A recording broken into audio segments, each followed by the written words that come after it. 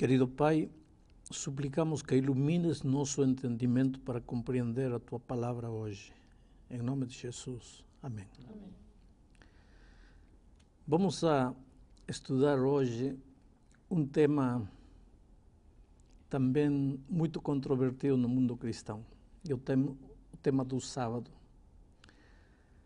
Muitos pensam que o cristão alcança a salvação guardando o sábado, outros dizem não, o sábado já foi abolido, o sábado já não tem importância para o cristão, o sábado era para Israel, o sábado já não é para o Novo Testamento, enfim. Eu quero ler algumas coisas antes de responder a algumas perguntas suas.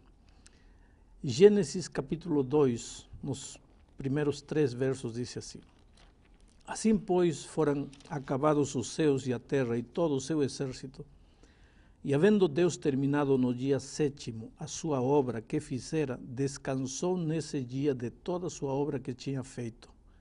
E abençoou Deus o dia 7º e o santificou, porque nele descansou de toda a obra que como Criador fizera. Há 3 coisas que Deus fez aqui. Primeiro, descansou no 7º dia, no sábado. Segundo, abençoou o sábado. E terceiro, o santificou. Ora, este copo é um copo comum. Eu posso jogá-lo no chão, posso jogá-lo no lixo. É um copo comum, nada vai me acontecer. Mas se vem Deus e abençoa este copo, aí já tenho que ter um pouco mais de cuidado, porque já não é um copo comum, é um copo abençoado. Mas se Deus vem e santifica o copo, aí eu tenho que ter muito mais cuidado, porque é um copo santo. E quando alguma coisa é santa, Deus, veja, lembram-se que um dia Moisés viu lá no deserto, viu uma sarça ardendo, e se aproximou e ouviu a voz de Deus que dizia: Moisés, tira as sandálias dos teus pés, porque o lugar que pisas é terra santa. Santa. Agora aqui o texto bíblico diz que Deus abençoou o sábado e o santificou. Descansou no sábado. Primeiro, por que descansou? Deus não descansou porque estava cansado. Deus não se cansa nem se fatiga. Se descansou foi porque queria nos dizer alguma coisa que precisamos entender. Segundo, abençoou, é um dia bendito. E o santificou, é um dia santo. Mas se nós continuamos avançando no estudo da Bíblia e chegamos ao livro de Éxodo, segundo livro da Bíblia, Éxodo, no capítulo 16, acontece um incidente antes de que o povo de Israel chegasse ao Monte Sinai. Vocês sabem que no Monte Sinai foram dados os 10 mandamentos.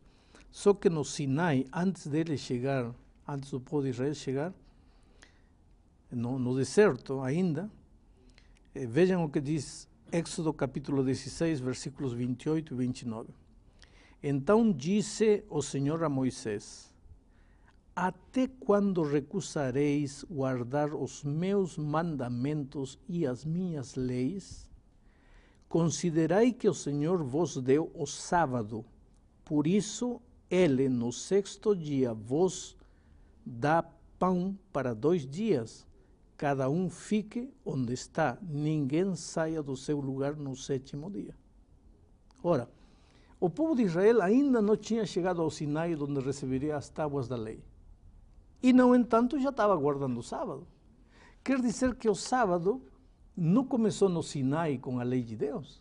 Antes do Sinai, já havia a lei de Deus. Já havia a santidade do sábado. Em realidade, desde a criação. Agora vem o 4º mandamento, que está no capítulo 20, versículo 8, aí está o mandamento. E diz assim: Lembra-te do dia de sábado para o santificar. Lembra-te. Por que diz lembra-te? Se eu te digo, Márcia, lembra-te daquele dia em que a gente tomou café da manhã junto. Você não vai se lembrar nunca, porque a gente nunca tomou café da manhã junto. E se eu te digo lembra-te, é porque você já viveu, porque você já conhece, porque você já sabe. E se Deus disse aqui, lembra-te do sábado, não é que estava dando o sábado aí, o sábado já existia no passado. E não havia lei de Deus. ao longo de todo o Velho Testamento, a verdade do sábado é contundente, clara e cristalina. Mas quando Jesus esteve nesta terra, já entramos agora no Novo Testamento, Lucas 4,16 diz, relata atitudes de Jesus com relação ao sábado. Lucas 4,16 diz assim, veja.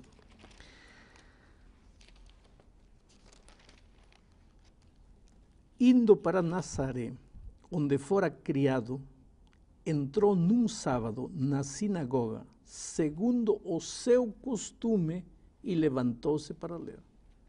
Jesus, num sábado, se dirigiu no templo, conforme é seu costume, e se levantou para ler a Sagrada Escritura. Pastor, veja bem, o senhor mencionou que Deus, quando ele estabeleceu a lei, aliás, na criação, né? Deus descansou, abençoou, enfim, separou o dia de sábado. Mas quando Jesus veio a esta terra, o senhor citou agora que ele foi ao templo, como era seu costume, mas ele não modificou um pouco a forma dessa guarda do sábado? Porque o próprio Jesus fez muitas curas, muitos milagres no sábado. Então ele estava autorizando o seu povo a fazer algumas atividades no dia de sábado que fossem positivas, que fossem para ajudar as pessoas, não é? Então, a gente não pode ver isso assim hoje? Muitos milagres que Jesus realizou em sábado. Propositadamente. Jesus, em realidade, não veio para abolir o sábado, para anular o sábado. Ele veio para devolver ao sábado o espírito de serviço do sábado que entre os fariseus estava desaparecendo. Os fariseus tinham feito do sábado um dia apenas de não trabalhar. Não pode dar 1000 passos, não pode acender fogo, não pode, só faltava dizer não pode respirar. Não pode. Tinham revestido de um farisaísmo ao sábado. Jesus veio não para anular o sábado, porque ele, em São Mateus, capítulo 5, versículo 17, inclusive eu quero ler para vocês, isso é importante, capítulo 5, versículo 17, diz: não penseis que vim revogar a lei ou os profetas. Não vim para revogar, vim para cumprir. Ele não veio para anular a lei, não veio para anular o sábado. Ele veio para devolver ao sábado o espírito que o sábado estava perdendo. Por isso, ele operou milagres de sanidade, de cura em sábado, de libertação, obras de salvação, porque o sábado é um dia de salvação.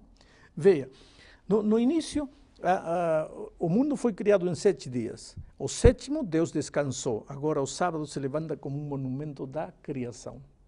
Aí vem o diabo, destrói a criação. Vem Cristo para redimir o homem. Ele trabalha. Numa sexta-feira à tarde, ele é levantado na cruz. O sábado, ele descansa conforme ao mandamento na tumba. Agora, o sábado se levanta como um monumento de redenção. Quando Jesus operava milagres, estava dizendo, o sábado é um dia de salvação. Mas isso que o senhor falou é interessante, pastor, porque veja, o Antigo Testamento está ali os mandamentos, a questão da criação. Jesus, ele era judeu, então ele cumpriu o sábado. Agora ele vem, morre na cruz, e o domingo é o grande dia da festividade, onde ele ressuscita. Pós-ressurreição, aonde eu consigo entender agora que o domingo ele nos transforma no grande dia do cristianismo. Porque essa é a ideia que eu tenho. Agora, que de repente, a celebração é o domingo. Depois da morte de Jesus, o sábado ainda continua válido? Você, como muitos cristãos sinceros no mundo, acham que porque Cristo ressuscitou no domingo, agora o sábado deixa de ser o dia santo e passa a ser santo o dia domingo. Muito bem. Mas eu vou te ler só um versículo, aqui em São Lucas, capítulo 23, a partir do versículo 53, diz assim: e tirando-o do madeiro, ao corpo de Cristo, está falando do corpo de Cristo, e tirando-o do madeiro, envolveu-o num lençol de linho e o depositou num túmulo aberto em rocha, onde ainda ninguém havia sido sepultado. Pronto, Cristo já estava morto e já estava sepultado. Versículo 54 diz: era o dia de preparação e começava o sábado, era sexta-feira à tarde. Versículo 55. As mulheres que tinham vindo da Galileia com Jesus, seguindo-o, viram o túmulo e como o corpo fora ali depositado. Versículo 56. Então se retiraram para preparar aromas e bálsamos. E no sábado descansaram segundo o mandamento. Veja, Cristo já tinha morrido, tá? E o sábado continuava sendo o dia de descanso, o dia santificado por Deus. Só que quando Lucas escreveu isto, já tinham passado 20 anos da ressurreição de Cristo. E Lucas continua dizendo, e descansaram conforme ao mandamento. Ora, se quando Cristo ressuscitou, agora o domingo passava a ser o dia santo, Lucas, 20 anos depois da ressurreição de Cristo, não precisava colocar aqui, descansaram conforme ao mandamento. Mas, pastor, veja bem, será que o sábado hoje, ele ainda tem a mesma validade que ele tinha no passado? Porque se a gente ler aqui na Bíblia, em Colossenses capítulo 2, verso 16, nós temos o seguinte: portanto, ninguém o julgue pela comida ou pela bebida, ou pelos dias de festas, lua nova ou sábados. Mas se você olha bem o que está escrito aí, diz que ninguém vos julgue pelos sábados, em plural, não sábado em singular. Para Israel, haviam muitos dias festivos, o que para nós seriam os feriados, que eles também chamavam de sábados, dias feriados. Mas existia o sábado, dia do Senhor, sétimo dia. Não se pode confundir o sábado, sétimo dia da semana, dia do Senhor, com os sábados, dias feriados de Israel. Já estudamos, quando falamos da diferença entre leis morais e cerimoniais, a diferença que havia entre os 10 mandamentos da lei moral e os muitos mandamentos cerimoniais que apontavam à primeira vinda de Cristo para morrer na cruz do Calvário.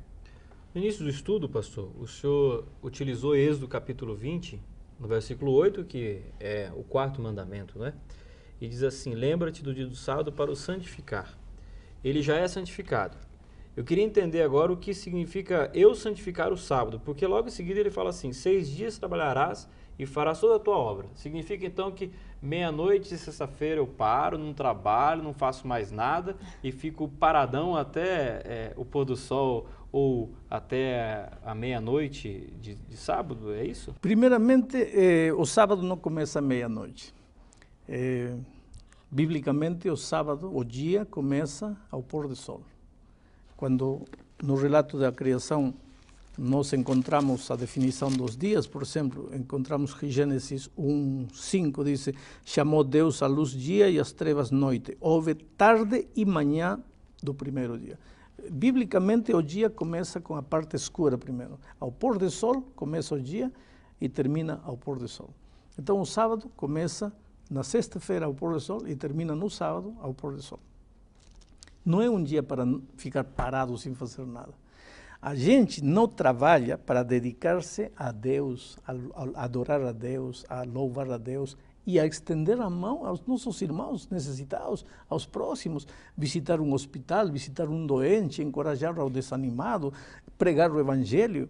Não é para deitar na cama e dormir.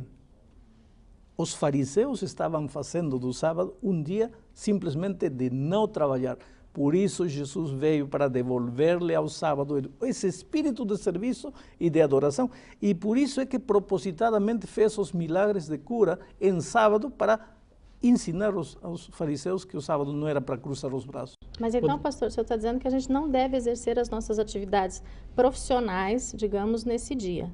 É isso? É isso que a Bíblia diz. Mas e aí, por exemplo, pais de família, né? Hoje em dia, o desemprego está aí para todo lado, realmente não está fácil a pessoa manter o seu trabalho. E um guardador da Bíblia, fiel, que ama Deus, mas ele precisa trabalhar no sábado. A Bíblia diz que Deus é amor. Se Deus é amor, será que ele não vai permitir que esse pai mantenha o seu trabalho para que ele dê o sustento à sua família? Márcia, deixa eu dar um exemplo junto com o que você está falando. Vamos imaginar o seguinte, pastor. Pai de família, com dificuldades, né, para conseguir um emprego, consegue. E dentro do trabalho dele tem uma escala de serviço, onde ele tem um dia de folga na semana. E numa semana cai na segunda, outro dia cai na terça. Ele não pode pegar esse mesmo espírito do sábado e colocar isso num domingo, numa segunda, numa terça e fazer desse dia o seu espírito de sábado? Em primeiro lugar, quero ler para vocês uma promessa bíblica. Davi diz assim: moço fui, agora estou velho, mas nunca vi um justo desamparado, nem seus filhos mendigando pão. Quer dizer, a promessa bíblica é: por ser obediente e fiel a Deus, fome você não vai passar. Agora, para isso você precisa entrar na dimensão da vida da fé. Porque humanamente você calcula, não tenho dinheiro, não como. Mas na fé, você não tem dinheiro, mas eu não sei de onde eu vou comer. Elias estava um dia morrendo de fome, Deus mandou um corvo trazendo comida para ele. Israel estava morrendo de fome no deserto, Deus fez cair maná do céu. Eu não sei que maravilha Deus vai fazer na tua vida. Agora, uma coisa é, a fome ou o filho com fome não pode ser argumento para desobedecer a Deus. Porque o que Deus disse que é assim, é assim. E não é porque Deus exija obediência, é um Deus egoísta que quer um grupo de filhos obedecendo cegamente a Ele. Não, não, não. Mas porque quando você guarda o sábado e se concentra nesse dia em Deus, a consciência de Deus em ti aumenta. E você, em meio de seu pessimismo, de seu derrotismo, você começa a enxergar um Deus gigante e pensa, não estou sozinho. Com Cristo eu tudo posso. Agora, se você não guardar o sábado, se você não separar esse dia para louvar Deus, para enaltecer seu nome, você vai ficar afundado num copo de água. O sábado te dá consciência da dimensão de Deus, da grandiosidade do Deus que você tem. Portanto, o sábado não é para não trabalhar, é para criar em você a consciência de que teu Deus é um Deus que não conhece derrota. Eu vou insistir. O senhor deu o exemplo do copo no início do estudo. O senhor quer dizer assim, que existem 7 copos, que são 7 dias da semana, e que o copo do sábado, o sábado em especial, é um copo diferente. É isso daí, aonde não importa só o espírito, mas eu tenho que ter o dia como um dia realmente diferenciado. É o que Deus diz. Pastor, e talvez por isso é que há tantas religiões hoje no mundo. Porque o ser humano toma a Bíblia, diz branco, e diz, não, mas azul também pode ser. Tudo bem, é o que você acha, mas Salomão disse, há caminho que ao homem parece direito, mas o fim é a morte. Quer dizer, não é o que você acha, não é o que eu acho, é o que a palavra de Deus diz. E o que a palavra de Deus diz não admite discussão.